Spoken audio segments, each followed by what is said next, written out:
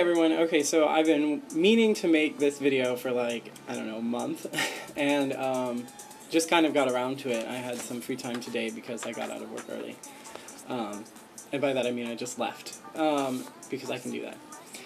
Anyway, so what it is a response to a report they had on 60 Minutes. Now, I haven't actually watched the full report. I've watched the clips they have online, and I've read the thing. And the link was at the beginning in the intro, and it's also going to be off to the side if you would like to check it out. And it's a very interesting report called The Science of Sexuality, where they report on sort of the research that's going on right now into, I guess you just say into gay studies or into sexuality studies, but sort of focus on gay and transgender issues.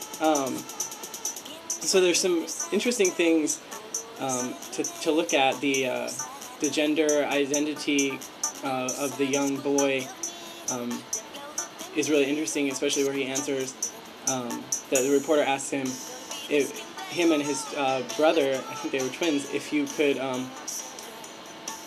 what would you tell someone about yourself if they asked you? And the one little boy said that he's a girl.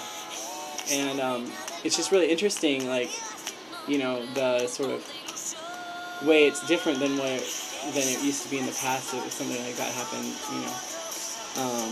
Anyway, it's really interesting if you're interested in that kind of stuff. The things that I want to talk about are sort of the more scientific things, since that's my background.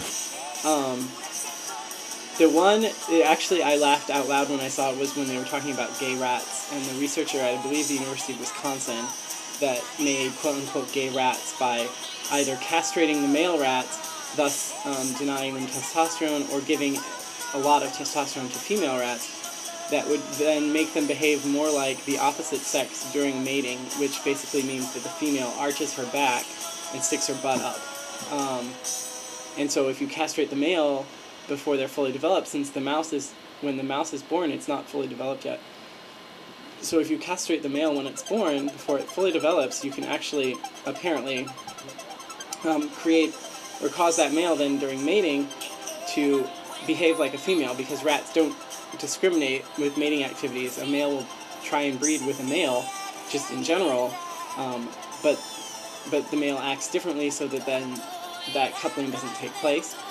So I thought that was kind of interesting, but it's not really scientific. To me, it's behaviorally based, and that's a different aspect of science. That's not, to me, that's a psychological based science. It's not a hard science, and they're not really looking at what's different chemically between the mice, and it's just, you know. So I think you can't call them gay rats. I think that's a definite misnomer.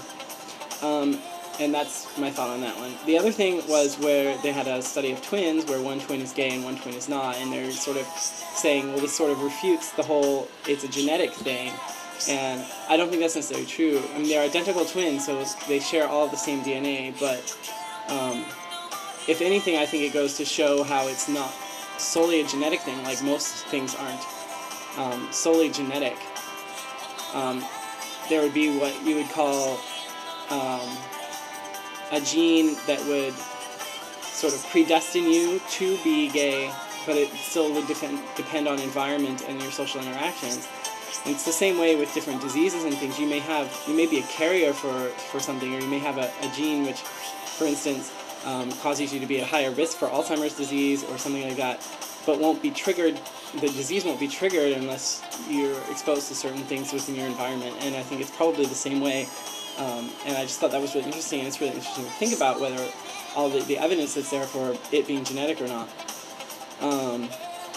And to me, studies like that, they're intended, mostly intended to sort of prove, yes, it's a genetic thing, and it's not something we have control over, it's not a choice, and sort of use that to push forward the idea that we're just the same as everyone else, we're people and we deserve all the same rights.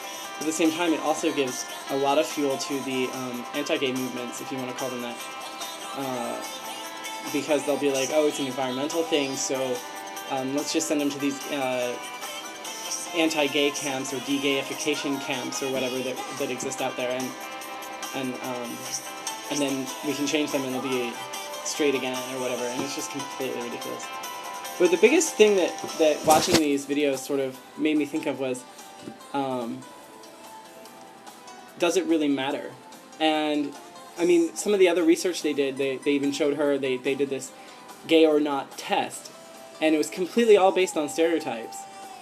And like a gay man sits with his legs crossed in a more effeminate manner, or sits more proper and doesn't slouch, or has a certain inflection in their voice. And there's lots and lots of research that goes on about this. In fact, if you're interested, there's a professor at the University of Minnesota, Twin Cities, that actually studies the speech pathology of gay people versus straight people. And it's really fascinating research, but it begs the mind, does it really matter? Should we study stuff like this when really we're just people like everyone else, and it's not like we have a disease or something that needs to be cured or something that needs to be fixed? And wouldn't it be better if we spent our research money and research funds on researching things like cures for malaria, or drug-resistant tuberculosis, for example? I mean, that's been in the news lately. Or, you know, something, put more money into researching AIDS or Alzheimer's disease or Parkinson's disease, or you know, there's so many things that we could be spending our time on that actually do matter. And to me, this really should be a moot issue. It should not be something that people are so overly concerned about. And I just think that's kind of sad. Anyway, I'd love to hear what you guys think. I'm hoping to still I'm still planning on doing more sort of thought-provoking responses to news items, and sort of like, hey, this is really interesting, let me know what you think about it. So let me know what you think, leave comments, subscribe so you can leave comments in the future, and thanks for watching, and thanks for listening to me ramble on about this.